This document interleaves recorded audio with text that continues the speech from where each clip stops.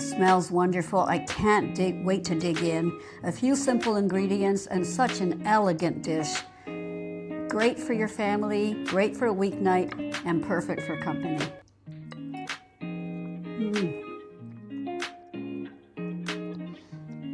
Rich, luxurious, the flavors blend together so well. No wonder this is a crowd favorite.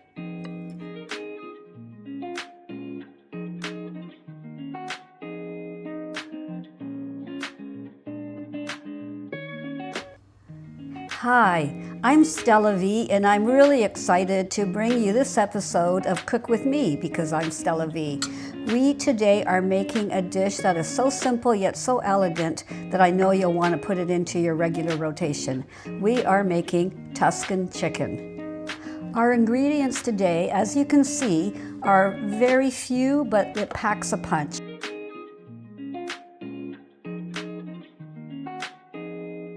If you'd like the recipe, look in the description for the safe link.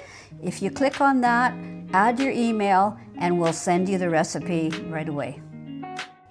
Today I have 4 chicken, bone-in, skinless chicken thighs, but you can equally do this with boneless, skinless chicken breasts, sun-dried tomatoes, and spinach, along with a few aromatics here.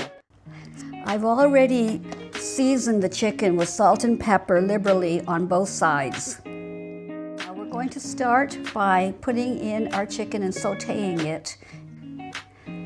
I put them bone side up, and that'll start giving a nice crust to the main surface area.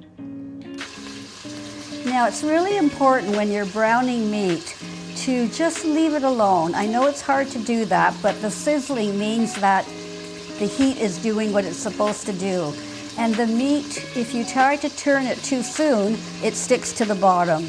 But the nice thing is when it's fully browned, it'll easily lift off and you can flip it over. It usually takes about 2 to 3 minutes per side. The chicken is now nicely browned, and we're going to add our chicken stock. I just wanted to give you a little tip on chicken stock. This is homemade. I save all my bones, I keep them in the freezer in a bag, and I save my vegetable scraps.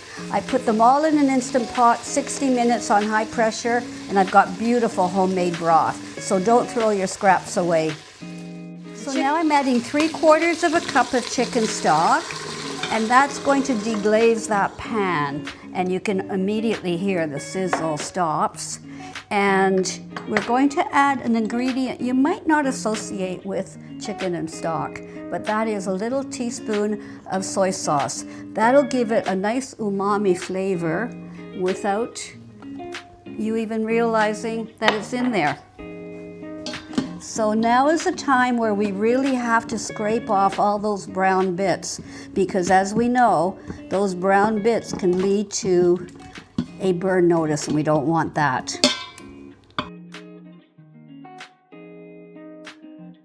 Just wanted to mention something about deglazing the pot. Those of you who have watched my videos know that my choice of liquids is always wine to do that. But today we stuck with the chicken broth, and that is because this is a heavily dairy sauce. It's creamy, it's rich. We have cream and cheese, and the wine might add a bit of acidity to it. Now we've got a 1-minute countdown. But once the pressure part of the cooking process is over, we're going to let it naturally release for 5 minutes. And then the last ingredient is the Parmigiano Reggiano. And again, I really encourage you to buy a block, keep it in your fridge, cut off small pieces when you need to grate fresh Parmigiano Reggiano. There's just no taste like it, and it adds so much richness and flavor. The other thing with Parmigiano, make sure you keep the rinds. You've paid for it because it's sold by the pound, but keep the rinds, and I keep them in a little baggie in the freezer, and I add them to my soups and stews and sauces, and it just adds another whole dimension of flavor to all of those flavorful stocks.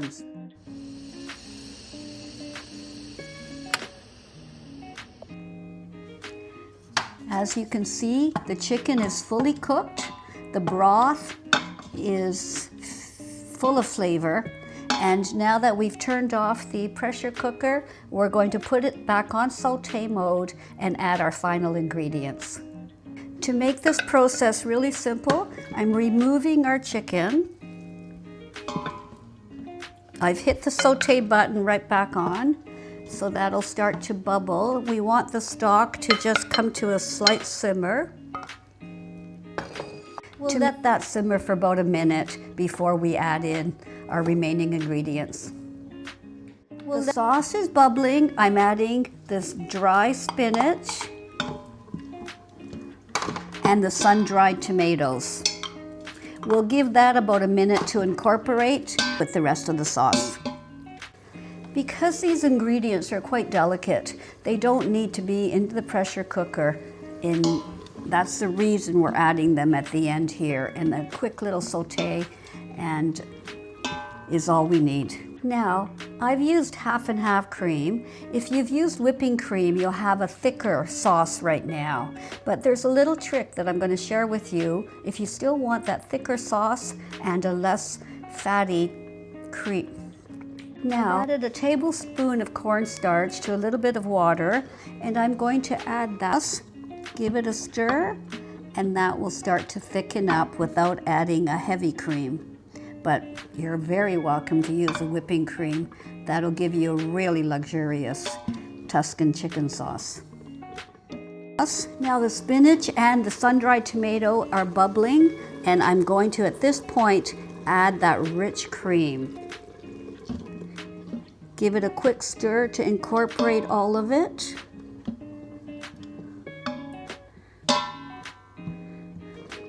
As you can see, that sauce is really thickening up beautifully, and to that I'm going to now add my Parmigiano Reggiano, the final delicious component of this dish. And give it a stir, and I'm ready to put the chicken back in with all the juices. Doesn't that just look amazing? Can you imagine that on beautiful rice or a pasta dish? That looks amazing. All it needs is a final sprinkle of our Parmigiano Reggiano.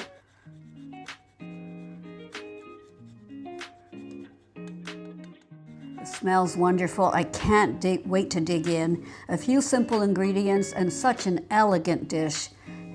Great for your family, great for a weeknight, and perfect for company.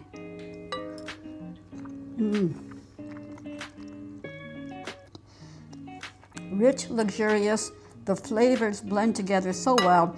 No wonder this is a crowd favorite.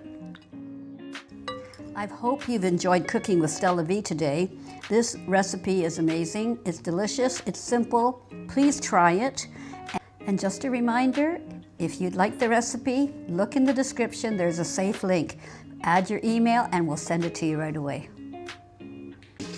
And if you haven't subscribed, simply hit that subscribe button and you'll be ready for our next video.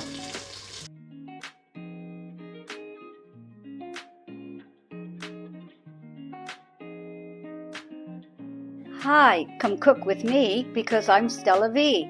And if you like what you see, hit subscribe, leave a comment, tell me that you've subscribed, and I'll reply. And if you're on a smartphone or a tablet, watch our next video.